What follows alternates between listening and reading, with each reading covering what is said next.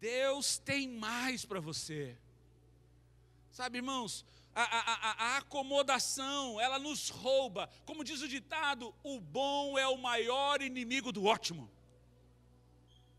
Quantas pessoas alcançaram uma vida boa e por causa disso se estagnaram? Eu quero dizer uma coisa para você: o ótimo de Deus está ali para você, está logo ali, está bem ali. É só preciso você desejar, é só preciso você buscar, é só preciso você se posicionar na direção daquilo que Deus tem. Por isso nós temos sido desafiados a buscarmos o Espírito Santo, a sermos cheios do Espírito Santo, a desenvolvermos um relacionamento em nossas vidas com o Espírito Santo, porque todos nós precisamos não apenas ser cheios do Espírito Santo com relação à unção e o poder dele, para termos o entendimento das coisas espirituais, mas também para vivermos, sermos convencidos do propósito de Deus, da sua justiça. Não existe nada que possamos fazer para que Deus nos ame mais. Sabia disso? Não existe. Eu posso fazer que Deus não vai te amar mais por causa disso. E também é verdade que não importa que você deixe de fazer, Deus não vai te amar menos que isso. Ele te ama porque Ele decidiu te amar até o fim. E o amor dele é imensurável. João, quando foi traduzir, quando foi trazer uma comparação, uma explicação do amor, ele falou assim: o amor de Deus é maior do que todas as coisas, porque Deus amou o mundo de uma tal maneira, de um tal tamanho, que Ele deu o que Ele tinha de maior valor, por mim e por você. Sabe, irmãos, Deus ama você por quem você é, filho, eleito, escolhido, lavado e remido pelo sangue de Cordeiro. Deus te ama mais. Eu fico impressionado como existe ONG, associação para a defesa da baratinha que está em extinção. É ou não é? Para a defesa da Mata Atlântica, para a defesa da tartaruga, para a defesa da baleia azul, para a defesa de tanta coisa. Mas não tem nenhuma organização, a não ser a igreja, que defenda a maior obra e a obra-prima que Deus criou, que é você. Você é aquilo que tem maior valor. Deus ama você mais do que qualquer coisa nesta terra. Mais do que qualquer coisa. Para que você tenha uma noção, Jesus disse: todas as coisas passarão. Tudo que é no mundo vai passar. Mas você, desde o início, Deus te criou para viver a eternidade com Ele. Esse é o amor de Deus. Esse é o cuidado de Deus. Essa é a manifestação daquilo que Ele deseja, anseia você. Deus ama você. Fala para a pessoa que está do seu lado: Deus te ama muito. Fala para ele assim: Deus te ama mais do que você imagina. Quantos entendem e reconhecem o amor de Deus em sua vida? Digam amém, dê um forte aplauso, dê um glória a dele, glorifique o nome dele, aleluia! Que amor é esse? Que amor é esse? Que não termina, que não desiste de você, que vai com você até quando você não quer que Ele esteja, Ele está lá. Esse é o amor de Deus por você. Ele não desiste de você. Ele te ama de qualquer jeito. Ele te ama nos teus dias bons, nos dias que você tem sucesso, nos dias que você acerta, mas também Ele te ama nos dias que você fracassa, nos dias que você erra, nos dias que você peca. Ele continua amando você. Esse é o amor de Deus. Nada pode afastar-nos dele. Mas diante de tanto amor que você recebe, diante de tanto amor que está disponível a você, eu pergunto: o quanto você o ama? O quanto nós amamos verdadeiramente a Ele?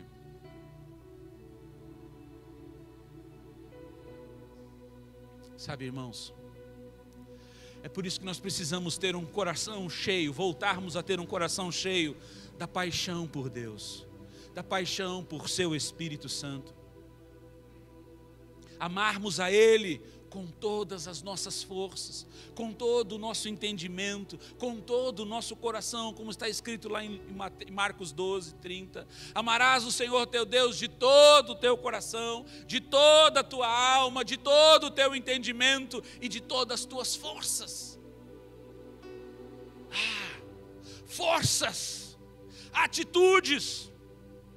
Nós devemos amar a Ele acima e antes de todas as coisas. Escute, você pode amar e deve amar a sua família.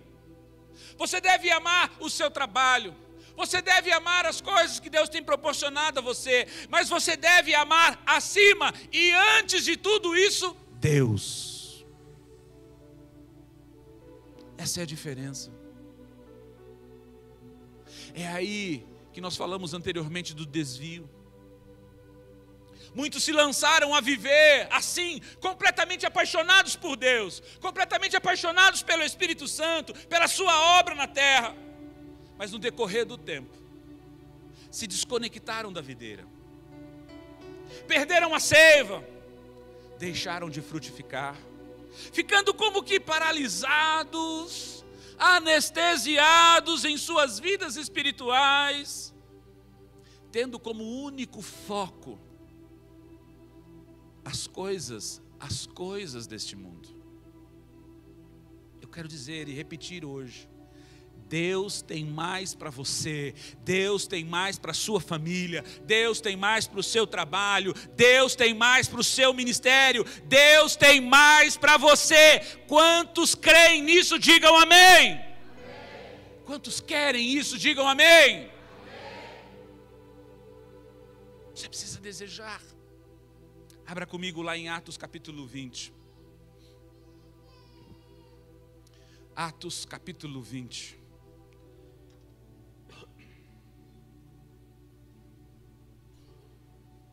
Aleluia. A partir do verso 7 diz assim, acompanhe comigo. No primeiro dia da semana, reunindo-se os discípulos para partir o pão, Paulo, que havia de sair no dia seguinte, falava com eles e prolongou o seu discurso até a meia-noite. Havia muitas luzes no cenáculo onde eles estavam reunidos.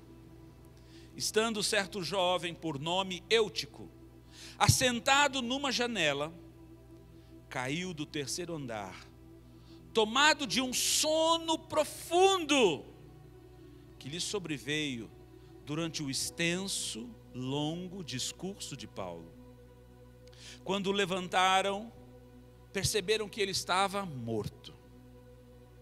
Paulo, porém, descendo, inclinou-se sobre ele e, abraçando-o, disse: não vos perturbeis, não vos inquietais, que a sua alma, a sua vida ainda está nele. Então subiu, partiu o pão e comeu. Depois de lhes falar, até o amanhecer, partiu. Levaram vivo o jovem e ficaram muito consolados.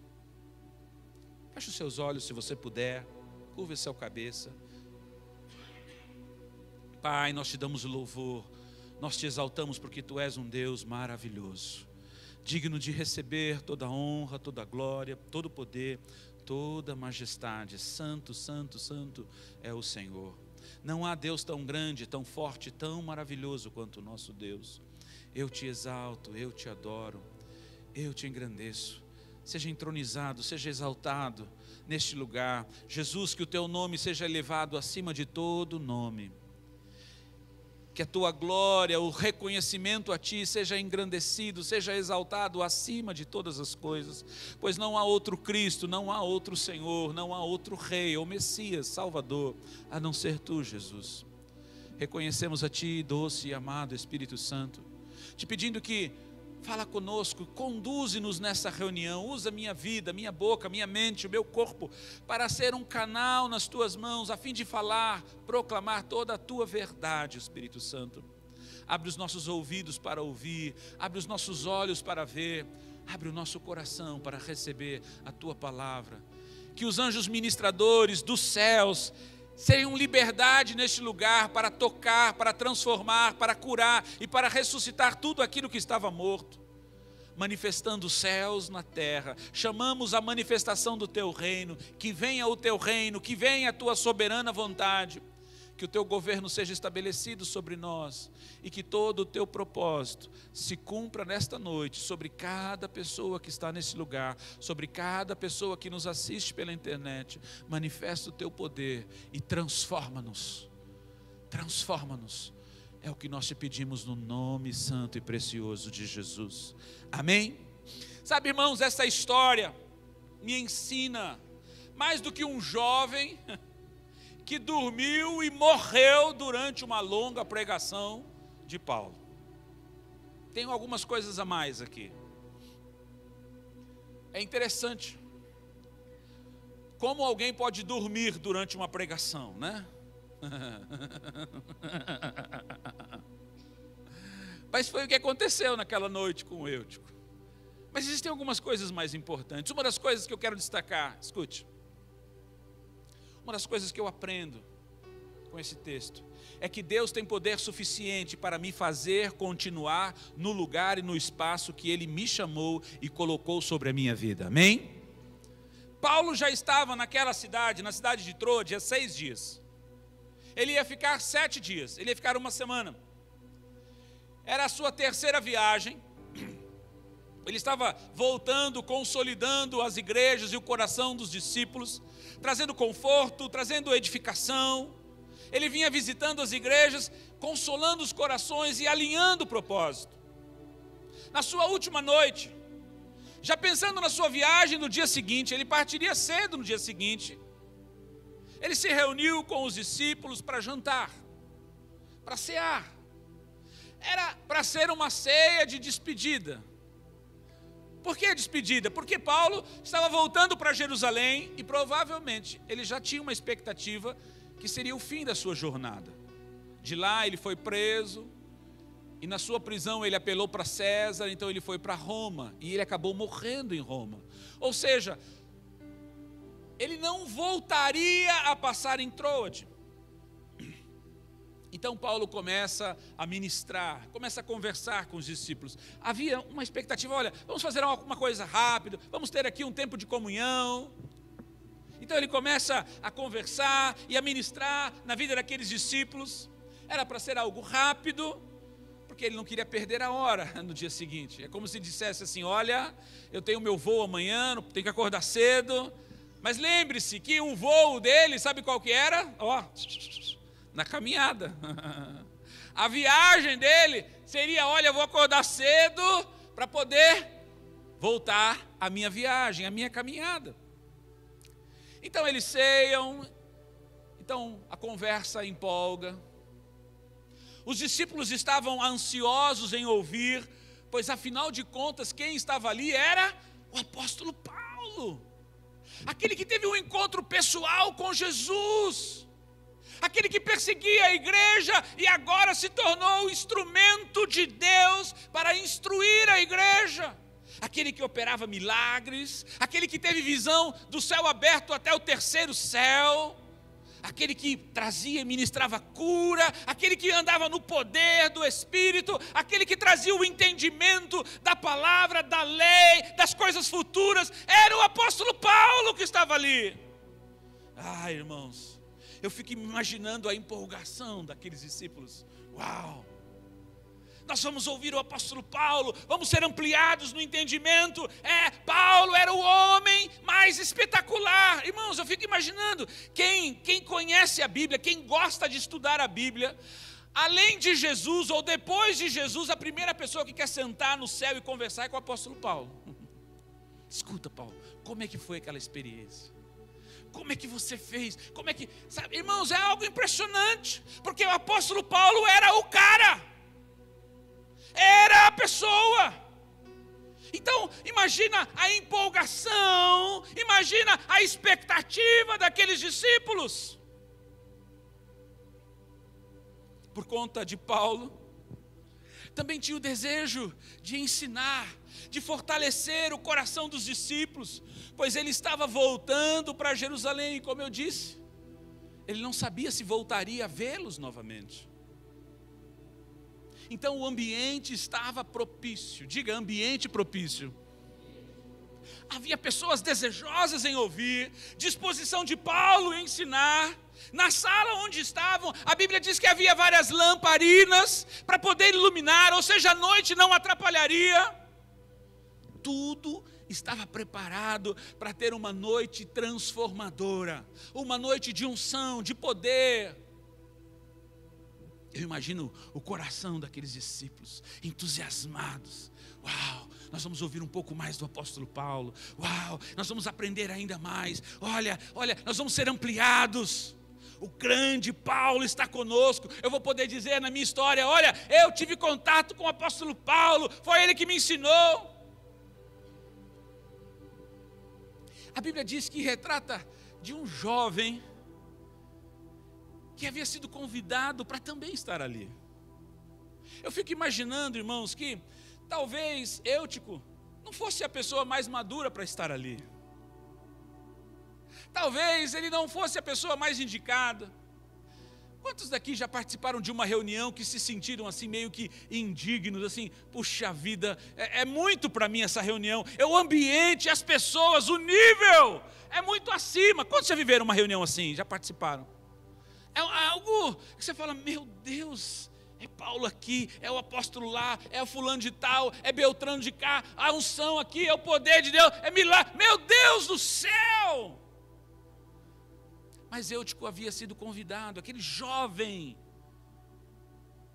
E eu fico imaginando a sua empolgação, o seu olhar de vislumbramento. Mas é interessante, porque quando nós olhamos no decorrer da história, nós podemos ver que algumas coisas aconteceram.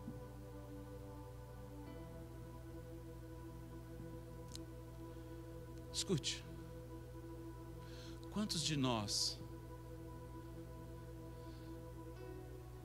como aquele jovem, começamos a nossa jornada ministerial totalmente empolgados? Uau! Você ministrou uma palavra, você viu o poder de Deus fluir pela sua vida. Você viu o Espírito Santo trazer uma revelação do entendimento que ninguém tinha ainda. Você viu a manifestação do poder de Deus quando você orou. As pessoas ficaram impactadas, o céu desceu. Quantos ficaram empolgados com a sua liderança? Empolgados com a sua célula? Amando as pessoas? Amando ministrar a palavra, nos importando com as pessoas, nos esforçando em convidá-las, em trazê-las, em agrupá-las. Se preciso for, buscamos, levando, fazendo, operando a obra do reino de Deus. Quantos começaram empolgados assim? Mas no decorrer da jornada, longa como aquela ministração de Paulo, caíram na dormência espiritual, ou no sonambulismo espiritual, como Eutico naquele dia. A Bíblia diz que Eutico teve um sono profundo. Sono profundo. Quem daqui já teve um sono profundo aqui? Aquele sono que a pessoa vai, te chama, o relógio toca, você desliga, você não vê. A pessoa vem, te empurra lá, acorda e você não levanta, você não consegue acordar. Acende a luz, apaga a luz, tira o cobertor, nada consegue mover você. Porque você está num sono profundo. Sabe, um sinal do sono profundo é quando você ronca e nem acorda com o ronco que você ronca. Né? Tua mulher dá aquela cutucada, ei, estou conseguindo dormir não. Sono profundo, há uma desconexão geral com as coisas que acontecem ao seu redor. A palavra traz aqui um simbolismo de sonambulismo espiritual. Você já viu um sonâmbulo? Sonâmbulo é aquele que toma uma ação, ele tem uma reação, ele reage a alguns impulsos, mas ele não está conectado com o mundo. Dizem as más línguas que uma vez eu acordei de madrugada. Peguei o telefone da minha casa, estava na minha cabeceira, e comecei a falar e a discutir sobre um processo. De um processo trabalhista, e comecei a falar, e faz assim, faz assado, e fiquei uns 10 minutos lá falando. Minha mulher olhava assim, tentou me acordar, mas não conseguiu. Aí eu desliguei o telefone, deitei na cama de novo e voltei a dormir. Ela que disse, né? Não tenho certeza disso, mas foi ela que disse. O que eu quero dizer, muitas vezes o sonâmbulo espiritual é aquele que toma atitudes, que faz, que opera, mas na realidade ele não está conectado em si. Quantas vezes nós estamos vivendo assim, tendo ações, parece que somos, parece que estamos, mas na realidade não estamos, não somos. A Bíblia diz que o nome Eutico significa afortunado. Eu creio que realmente ele foi afortunado, mas naquela noite ele dormiu. Ele entrou num estado de dormência espiritual que o desconectou da fonte de Deus para a sua vida. Sabe, irmãos, quando eu olho para esse texto, ele me ensina que eu não posso cair no sono. Eu não posso viver no sonambulismo espiritual, vivendo como que no automático, inerte ao que está ao meu redor, sem respostas, sem ânimo ou sem vontade de fazer nada. Quantos estão vivendo assim, irmãos? Desconectados. É igual aquele boneco do João Bobo, né? Já viu que ele põe um ventilador embaixo e lá fica assim? Ele se mexe, mas não há vida nele. Quantos estão assim, se mexendo? Parece que vão, parece que estão, parece que são, mas não há vida. Não há essência. Sabe, queridos, Deus está nos chamando hoje a refletirmos sobre isso. Como nós estamos vivendo verdadeiramente na nossa espiritualidade. Será que nós estamos dormentes, sonâmbulos? Independente de quem esteja no comando, trazendo instrução e direção para a minha vida, eu não posso dormir.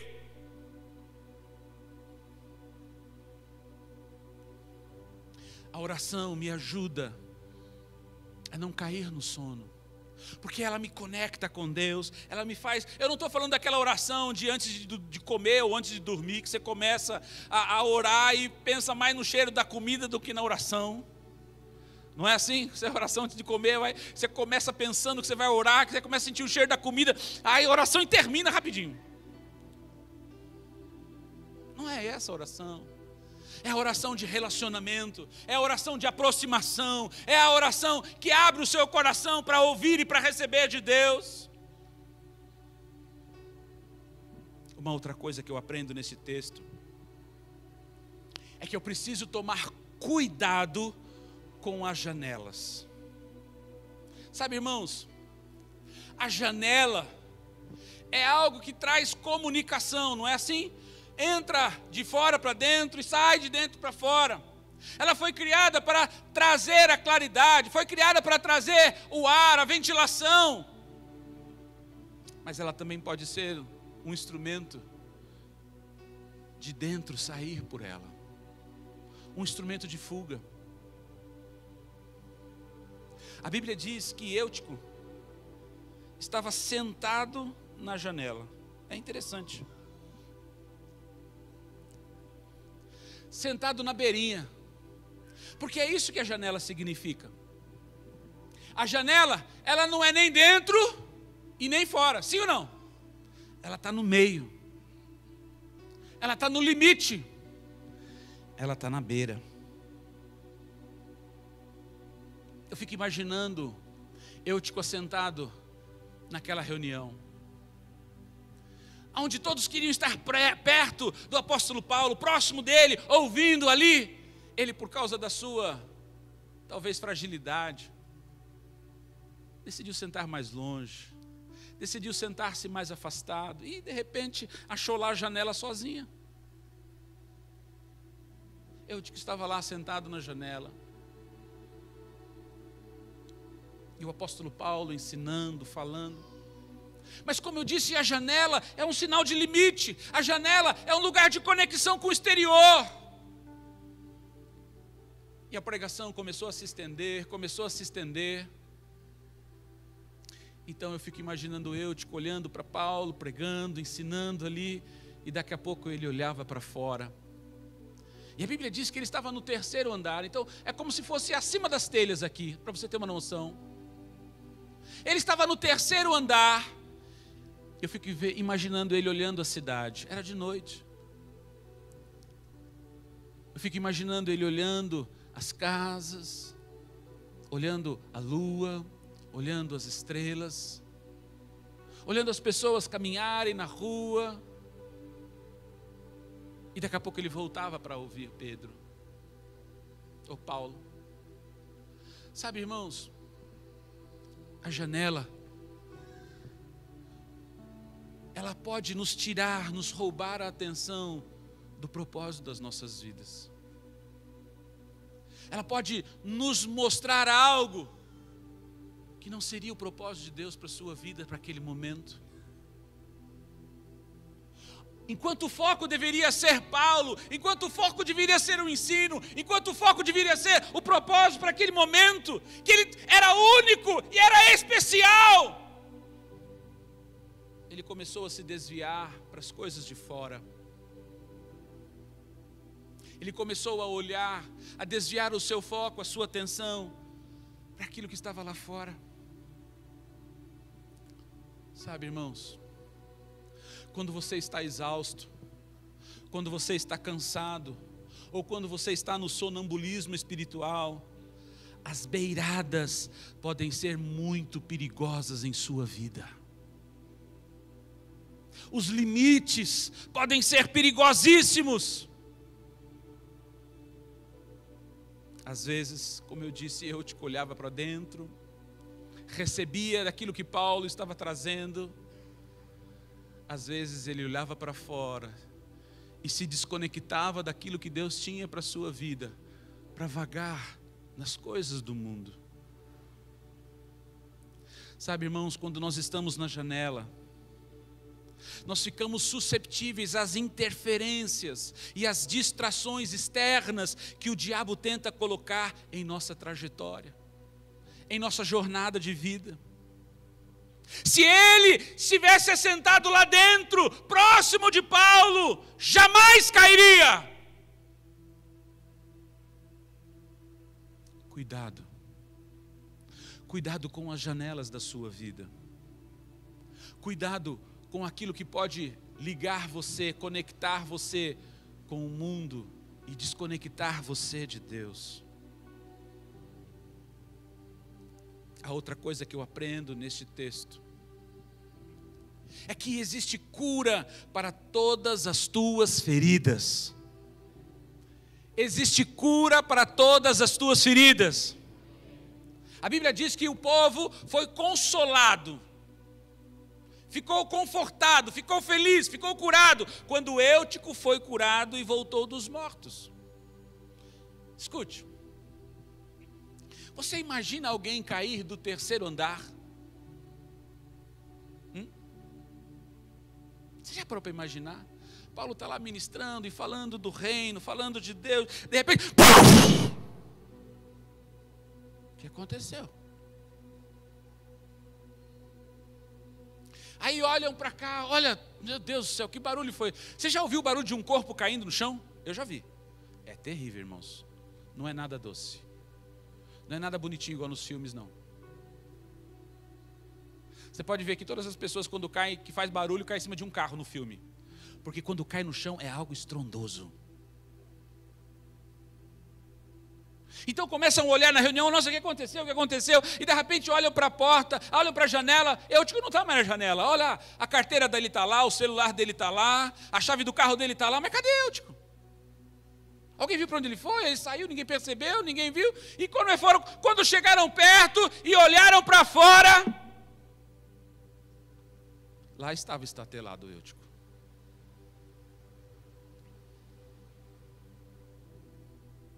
Sabe, irmãos, Paulo não disse para Eutico, olha, bem feito, olha o que acontece quando você dorme na minha pregação. Não é assim? Os almáticos falam, é Eric, Eutico, ó.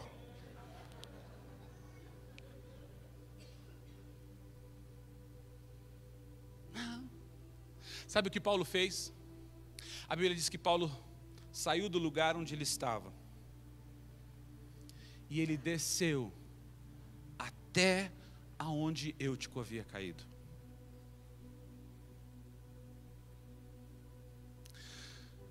Se não bastasse isso, a Bíblia diz que Paulo inclinou-se sobre ele e o tomou nos seus braços.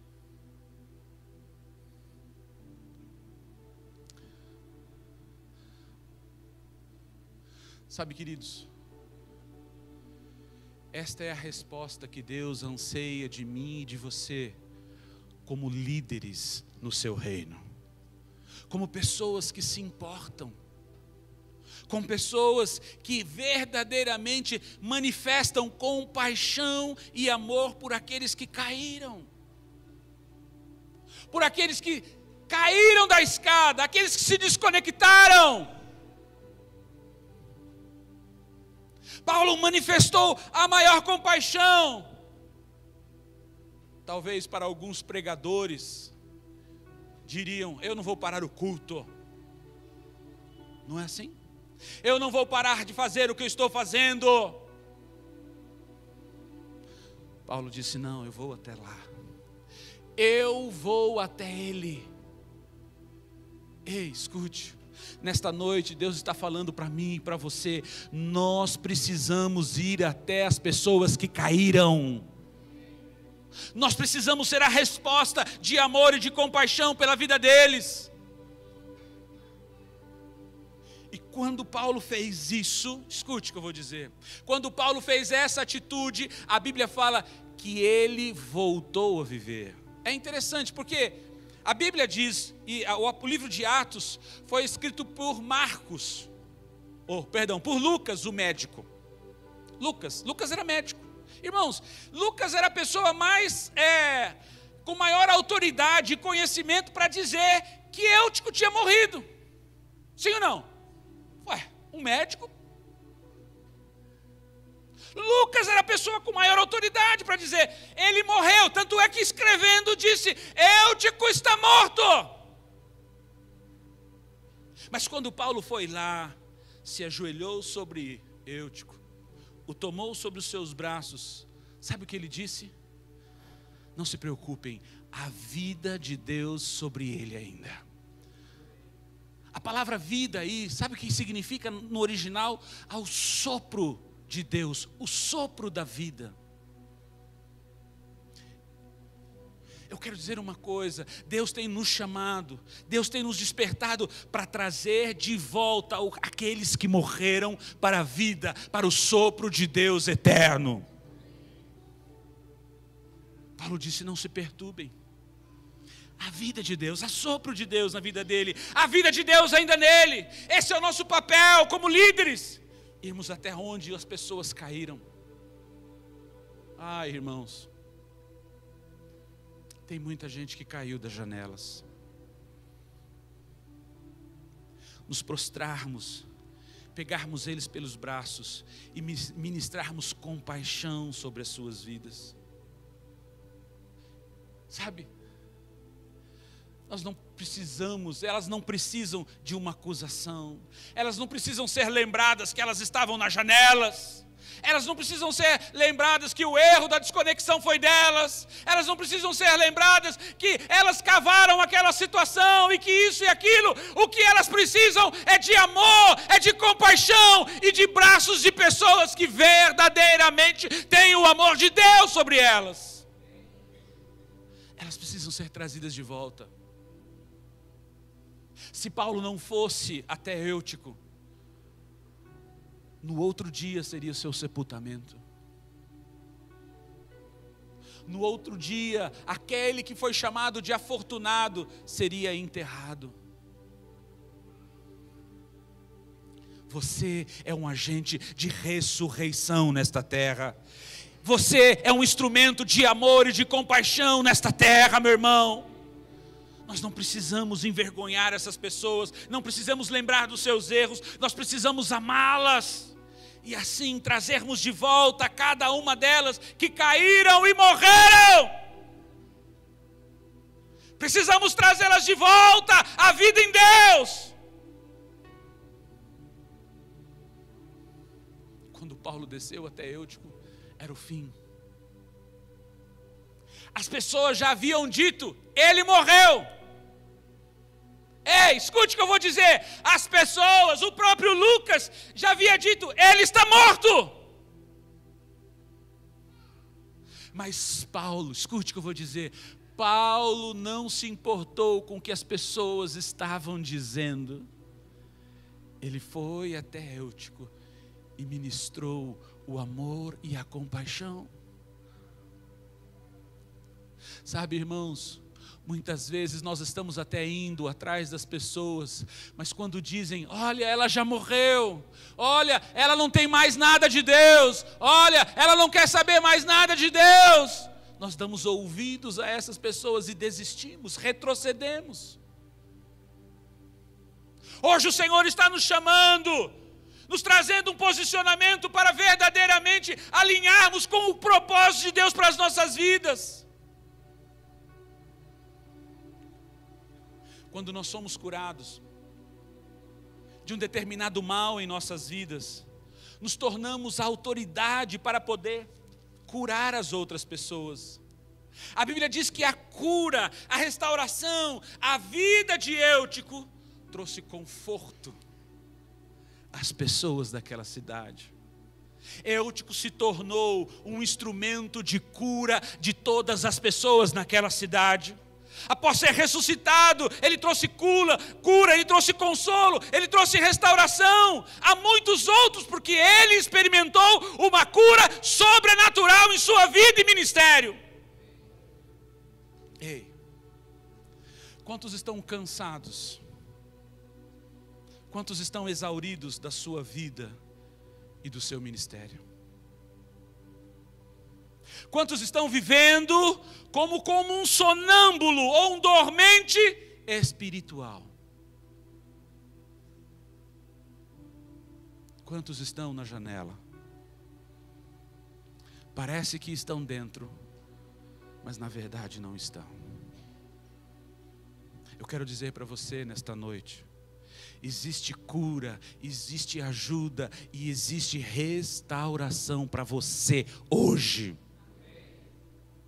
Deixa o sopro de Deus, deixa o Ruach Kadosh, deixa a vida de Deus trazer vida sobre ti, sobre o teu ministério, sobre a tua célula, sobre a tua liderança. Não importa o que as pessoas estão dizendo acerca de ti, não importa o que as pessoas estão falando acerca das suas lideranças, acerca da sua célula, acerca do seu ministério, ainda há vida de Deus em você, ainda há sopro de Deus, sopro de vida de Deus sobre ti, meu irmão. Permita que os braços do Senhor, permita que os braços do Senhor te envolvam nesta noite. Permita que o Senhor se aproxime de você. Envolva você nos braços dele. E possa trazer de volta tudo aquilo que se perdeu na sua vida. Sabe, queridos? Hoje é um dia de cura, hoje é um dia de restauração, hoje é um dia de ressurreição, hoje é um dia de transformação na sua vida, no seu ministério, na sua história. Há amor neste lugar, há graça, há compaixão de Deus para trazer cura, para trazer restauração, para trazer o sopro de Deus em sua vida, para te trazer de volta dos mortos, trazer de volta e te colocar no lugar que Ele criou para você estar, para você viver, para você manifestar o propósito dEle nessa terra. Quantos querem receber desta cura e desta restauração em suas vidas hoje? Coloque-se em pé. Feche os seus olhos e comece a orar. Sabe, há uma unção de cura, há uma unção de milagres neste lugar. Deus quer trazer de volta. Deus quer ressuscitar a sua vida. Deus quer ressuscitar o seu ministério. Deus quer ressuscitar a sua liderança. Deus quer ressuscitar tudo aquilo que Ele criou e preparou para você. Hoje chegou um dia de mudança. Hoje chegou um dia de transformação.